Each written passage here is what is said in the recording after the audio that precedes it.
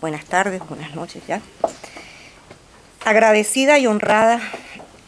y con la venia de doña Norma, fuente de inspiración del autor junto con su hermosa familia, paso a hacer la presentación del libro del doctor Luis Beltrán Guerra intitulado La teoría constituyente, explicada en algunas lecciones por Petra Dolores Landaeta. La obra es un ensayo científico y literario, en el que el autor combina conocimiento con sentimientos, expresados estos a través de su personaje ficticio.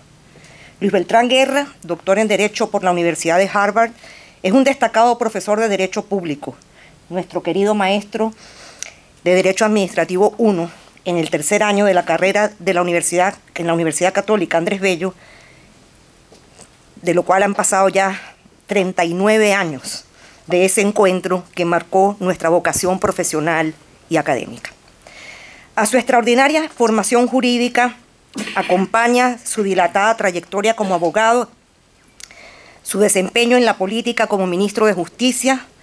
antes como Procurador General de la República en el segundo mandato del presidente Carlos Andrés Pérez. Allí, al invitarnos a acompañarle en su gestión,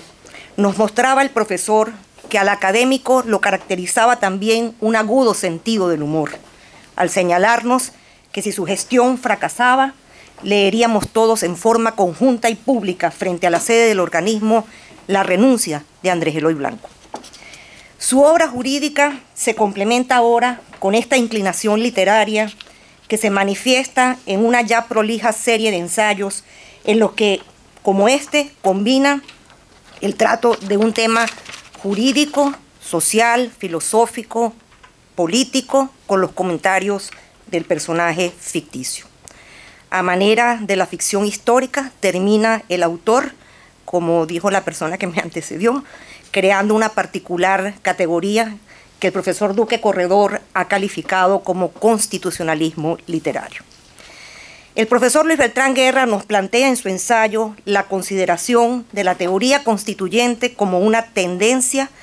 hacia la consolidación de una determinada sociedad plasmada en una Carta Magna. Citando al destacado periodista y escritor Carlos Alberto Montaner, indica que se debe ubicar la tendencia constituyente en medio de las diversas tipologías de desarrollo y alerta que en dar a esa tendencia características de estabilidad que conduzcan a su permanencia, como ocurre en los países democráticos desarrollados, es donde hemos fracasado, pues ella se somete a la mutabilidad de cada quien que nos gobierna. Sostiene el profesor Guerra que teoría y tendencia dependen irremediablemente de las virtudes y vicios de los humanos, y de allí el antagonismo de la Carta Magna con la teoría constituyente y su puesta en ejecución. Más aún cuando en el caso venezolano, nos señala el autor, entre brujos y babalaos, esta se desenvuelve como acápite doctrinal de la denominada Revolución Bolivariana. Venezuela tiene, afirma el profesor Guerra, una constitución escrita y otra que la viola, tejida diariamente en los rincones del poder. La teoría constituyente en Venezuela ha sido desarticulada al sometérsela a un gobierno con origen golpista que simplemente no entiende el respeto a la norma como condición para el ejercicio del poder.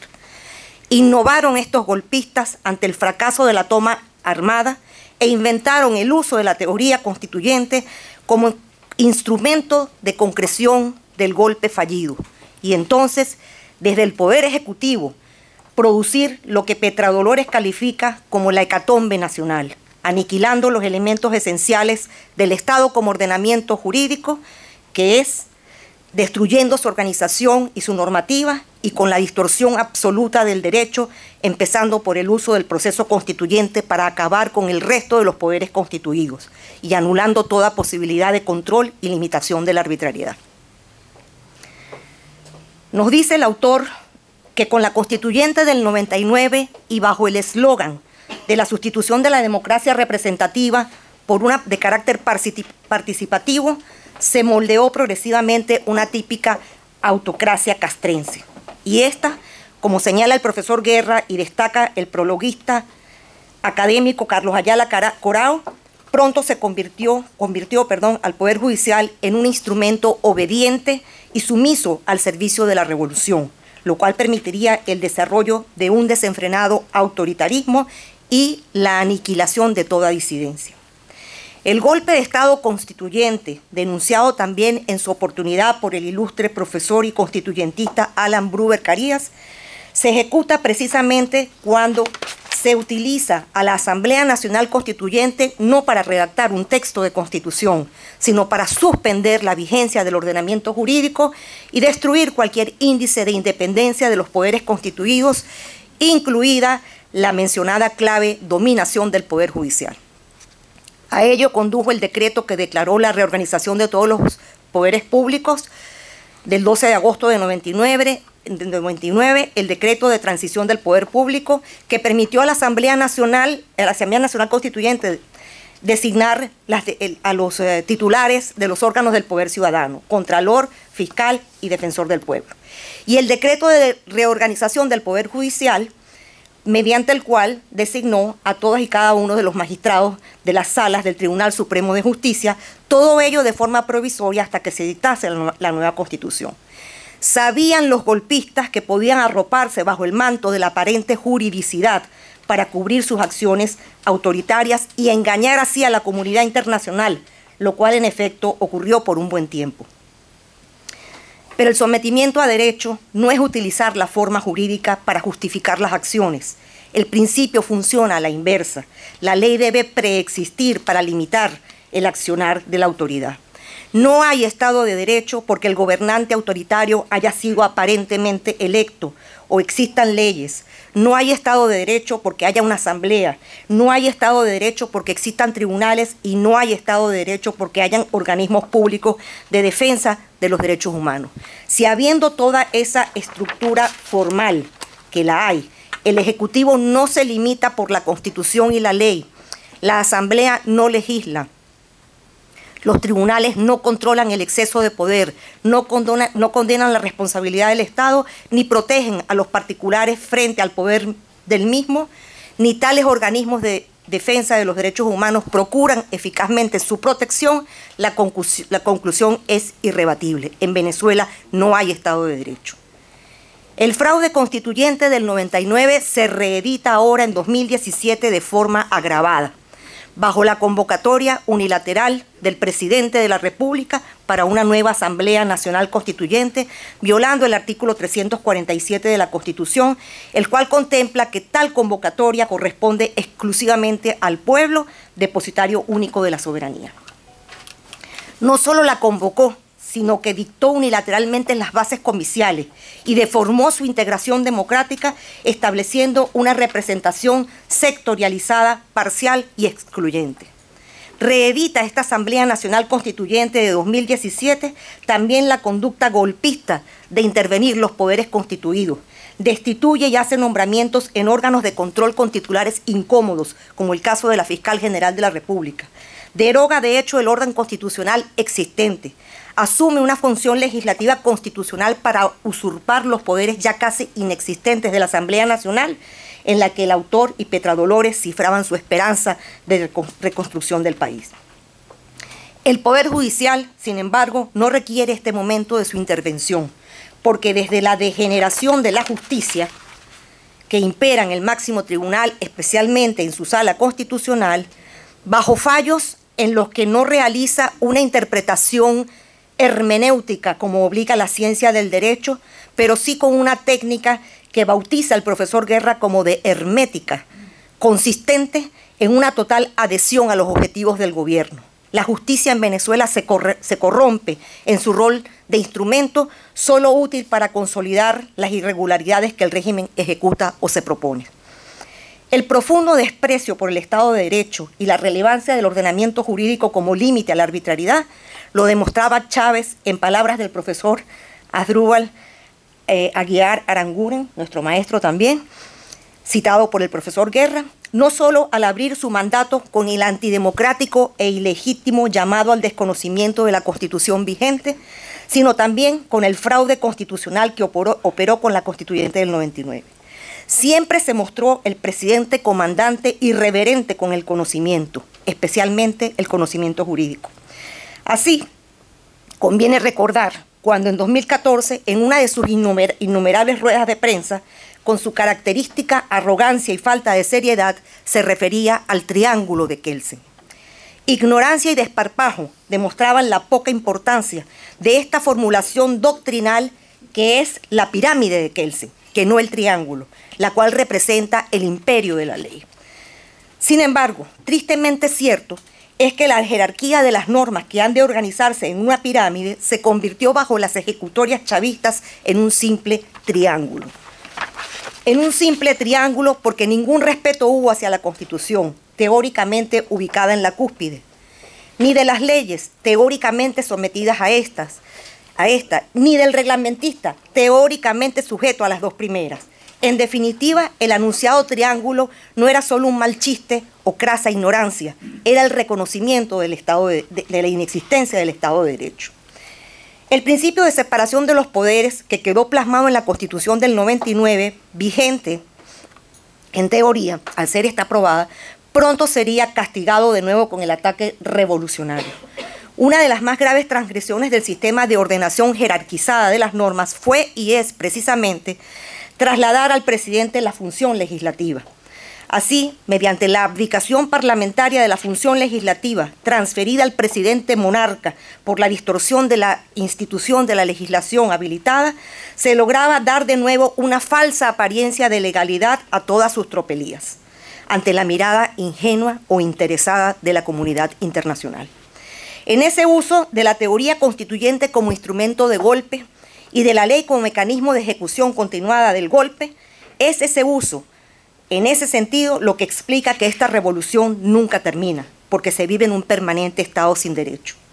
La Constitución, en efecto, prevé que la Asamblea puede delegar al presidente la competencia para dictar leyes, pero esto es una situación extraordinaria, pues representa una excepción al principio de separación de los poderes. Por ello, la Constitución la regla estrictamente y la limita. La Constitución del 99 claramente estableció, a diferencia de la Constitución del 61, que la ley habilitante debe ser una ley marco y como tal contener normas marco para limitar la legislación presidencial al desarrollo de las mismas. Lo cierto es que la legislación presidencial revolucionaria se desenvolvió bajo una delegación total de competencias legislativas, es decir, que el presidente, al mejor estilo de los monarcas absolutistas, dictaría sus propias leyes y las ejecutaría. Ocurrió entonces la denominada inflación normativa, un mundo de leyes desbocadas, parafraseando al maestro español Jesús González Pérez. Se vertía en estas normas toda la verborrea populista, normas para explotar la esperanza, dice el autor, metodología del engaño, comenta Petra Dolores, más de 200 leyes presidenciales plenas de errores materiales, de reimpresiones por error de copia, de errores conceptuales, de mandatos inconstitucionales, de violaciones a los principios más elementales del derecho y de desconocimiento de los derechos humanos nacional e internacionalmente reconocidos. La mayoría de ellas producidas además bajo la conducta tramposa de anunciar su publicación ante el vencimiento de la habilitación en supuestas gacetas oficiales extraordinarias que aparecerían meses después con fecha anticipada, porque lo cierto es que no existieron al momento en que se dijo que habían sido dictadas. Tampoco hubo participación popular en el desarrollo de esta legislación. Además de la técnica del engaño populista, servía esta producción disparatada de una legislación excesiva para crear un caos normativo y generar una especie de estado de anomia en el sentido de ausencia de un marco normativo estable. Fue a través de esta legislación delegada ilimitada, hipernormativa, irreflexiva y antijurídica como se inició la destrucción del aparato productivo. Trata el profesor Guerra en el ensayo que hoy presentamos el modelo económico de la revolución socialista caracterizado por el manejo público y colectivo de las fuentes de producción. El Estado empresario sin respeto a la libre empresa como derecho constitucional que ampara al sector privado y que comprende no solo el derecho a participar libremente en una actividad económica lícita, sino también a decidir sobre los medios, los objetivos, la planificación, todo ello en base a las demandas del mercado y con la finalidad lícita del lucro, cuestiones todas que se violentan, entre otras, con la inconstitucional legislación de precios justos. Se ha impuesto por la vía entonces de una fuerza normativa contraria a la Constitución una agenda económica de un modelo socialista que no es el modelo constitucional. Como resalta el autor, la Constitución venezolana plantea un sistema de economía de mercado, artículo 299, un sistema de respeto a la iniciativa privada y libertad de empresa, artículo 112, un sistema de respeto a la propiedad privada, artículo 115. Es solo al lado de esa iniciativa privada que se concibe la pública como complementaria de aquella, artículo 299.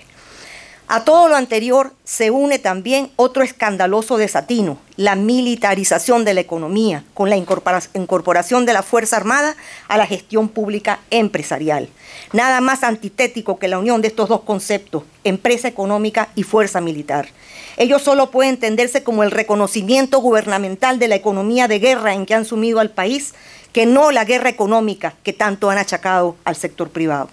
La economía de guerra es producto de esta gestión gubernamental violatoria del ordenamiento jurídico constitucional y los valores superiores que lo inspiran.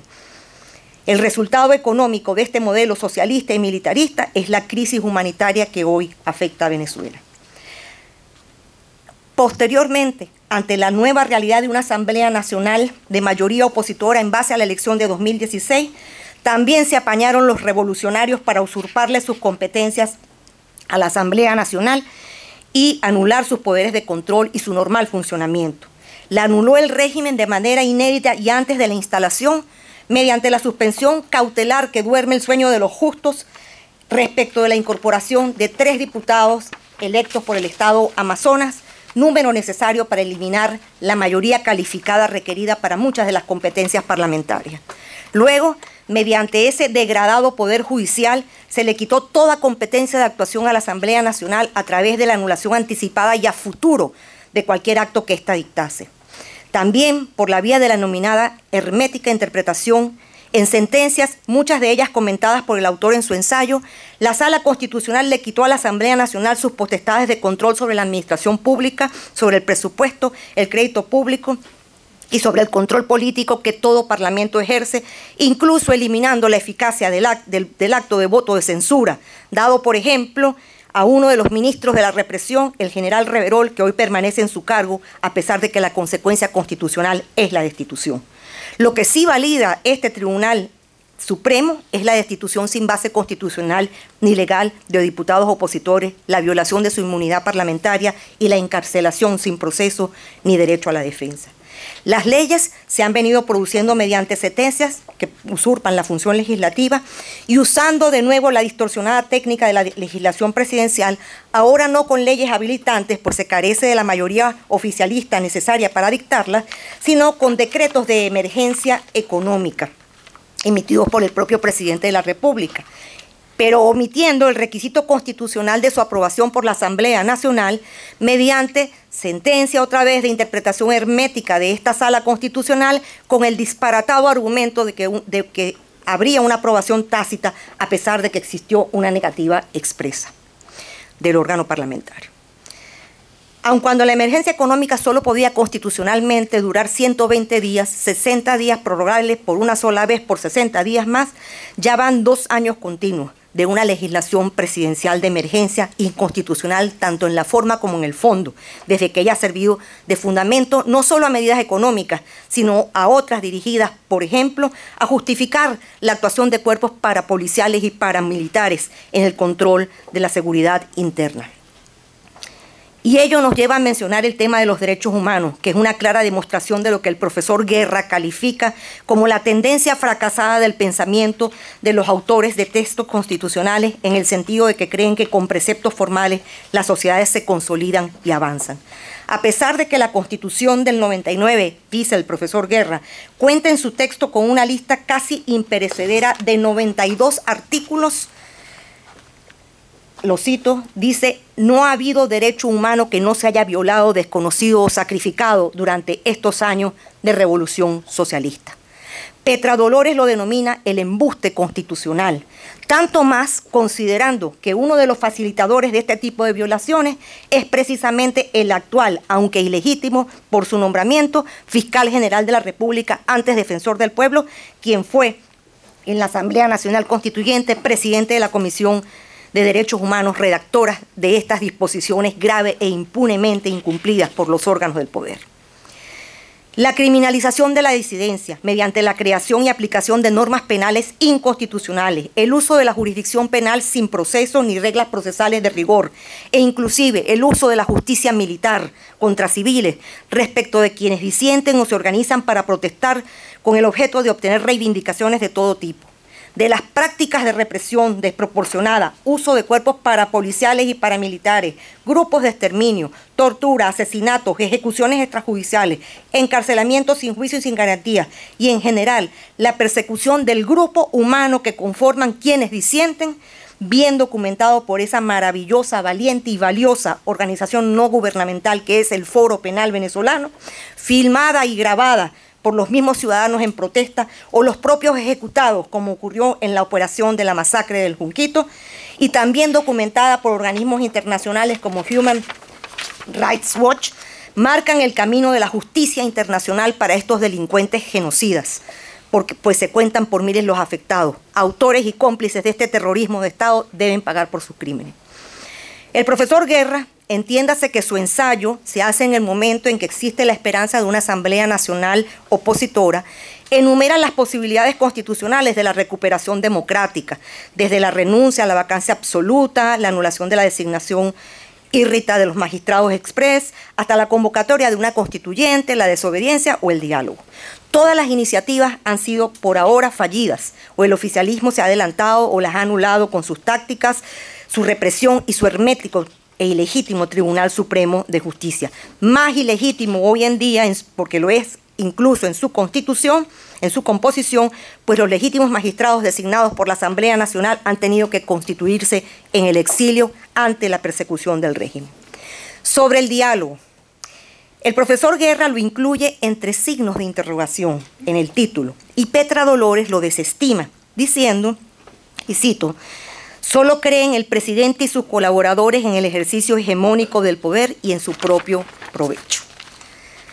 Por no creer en el diálogo, no debe renunciarse a la utilidad del mismo, así sea para poner en evidencia que éste es estéril para la recuperación democrática en el caso de estos gobernantes que no respetan el límite del derecho, pues el autoritarismo que los inspira no cesará por un acuerdo político de una buena voluntad de la que evidentemente carece. En el día de hoy, la evidencia del fracasado diálogo suma a esta exposición del régimen como lo que es y no como lo que dice ser. Ya asomada cuando en plenas conversaciones, la ilegítima Asamblea Nacional Constituyente hizo una inconstitucional convocatoria a elecciones presidenciales anticipadas, en cuyo decreto no solo usurpa las competencias del poder electoral, sino que desconoce la autonomía de los poderes constituidos de forma expresa en sus considerandos, descalifica el diálogo en curso a pesar de que su presidenta era una de las representantes del sector oficialista y estigmatiza a los posibles contendientes opositores al incluir en sus considerandos que una de las razones de la convocatoria, y me voy a permitir leer, es que la oposición venezolana, atendiendo a un guión de factura imperial para justificar y facilitar la intervención extranjera, ha desentendido los más de 400 llamados del presidente Nicolás Maduro y ha boicoteado los mecanismos democráticos, constitucionales y electorales para dirimir las divergencias político-ideológicas. Confiesa la dictadura en este decreto que esto no es un llamado a elecciones, es el abandono formal de la fachada legalista y podría decirse que entramos en una nueva etapa en la que la lucha debe continuar desde las distintas propuestas. Emular a Petra Dolores, quien en el relato de su autor termina dando un discurso ante la Asamblea Nacional de 2016 para proponer adelantar medidas para evitar el desastre, invocando incluso al distinguido venezolano Enrique Aristigueta Gramco, quien a sus casi 85 años de edad, unos días atrás, fue sometido a las vejaciones del régimen a ser secuestrado de su casa por la policía política para interrogarlo. Insiste Petra Dolores en ese discurso en el tema de la doble nacionalidad que impondría la nulidad de la elección del primer magistrado, por cierto, en un proceso abierto por el legítimo Tribunal Supremo de Justicia que funciona en el exilio. También invoca Petra Dolores la aplicación del artículo 350 y la declaración de vacancia por incumplimiento vacancia del cargo por incumplimiento de los deberes inherentes a este. No puede, sin embargo, dice el profesor Guerra, presentar Petradolores los proyectos de acuerdo porque ante la algarabía parlamentaria se suspende la sesión y entiende que los esfuerzos del 47 y del 61 se han perdido. Muere Petradolores Landaeta con la angustia de no haber visto la transición y no saber de quién fue la culpa. Pero la historia no se detiene y habrá culpables y se reconocerán como héroes los caídos y todos quienes lucharon y quienes siguen en la lucha desde las distintas situaciones y posiciones, porque como se observa en el ensayo, y ese es uno de los grandes valores de esta obra, hay muchas maneras de combatir la dictadura. Un especialista en coaching del Instituto de Empresas de España decía que una de las claves del éxito está en preguntar. Decía, pregunten, pregunten, pregunten. Lo mismo puede predicarse de la propuesta. Proponer, proponer y proponer, respetar las propuestas, abrirse a la libertad de pensamiento, evitar la intolerancia, respetar la disidencia dentro de la disidencia, no convertirnos en aquello contra lo que luchamos y así en la sumatoria de esfuerzos algún día se producirá la ansiada transición que Petradolores no llegó a ver. Pero se ha de tener en cuenta que la constituyente, que es una tendencia, como la aclara el profesor Guerra en su ensayo, es un instrumento jurídico incapaz de resolver la crisis de una realidad existente, y Venezuela no merece más engaños. El escritor Juan Valdano, al referirse a las 20 constituciones de los 180 años de historia republicana del Ecuador, alerta sobre la tentación de seguir en el fracaso de pretender solucionar los problemas de la realidad con normas que no llegan a ser más que, en sus palabras, puro lirismo jurídico, literatura fantástica, que se ha dictado a sabiendas de que más allá de ese deber ser a que toda norma aspira, hay en ellas una dosis de irrealidad y de ironía. Habla del levantamiento de edificios jurídicos de los códigos y la retórica de los políticos, una tupida hojarasca legalista que anula la visión de nuestra realidad, la cual no cambiará por mandato de la ley. Culmina diciendo, de seguir en ese errado camino, no tardará en llegar otro prohombre más sabio que Solón, que cambiará el texto, sustituyendo una expresión por otra. Por ejemplo, bien común por buen vivir, fantasía legalista frente a aquellos pueblos crónicamente infelices.